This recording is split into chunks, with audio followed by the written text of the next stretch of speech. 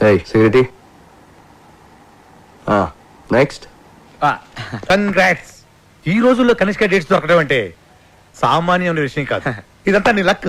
Luck కాదు sir, నా నాయకి కథలో ఉన్న పవర్. సరే ఓకే, నీ కోసం కొంతమంది అసిస్టెంట్ డైరెక్టర్లు పిలిపించాను. వాళ్ళందరినీ ఇంటర్వ్యూ చేసి నీకు కావాల్సిన వాళ్ళని.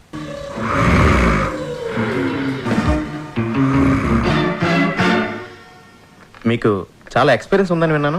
1957లో మాయాబజార్ రిలీజ్ నాడే మా అమ్మ నన్ను రిలీజ్ చేసిందండి. 1989 శివ సినిమా చూశాక నేను డైరెక్షన్ చేయకూడదని డిసైడ్ చేసుకున్నాను. అంతకంటే గొప్ప సినిమా తీయలేమన్నా? చిచ్చి అదేం సినిమా అండి. ఒక సైకిల్ చైన్ తీయడానికి మెకానిక్ కే 10 నిమిషాలు టైం పడుద్ది. అదే ఆ నాగార్జున పుట్టుకుని పట్టుకుని పట్టకం లాగేశాడు. అసలు లాజిక్ ఉందన్న సినిమాలోను.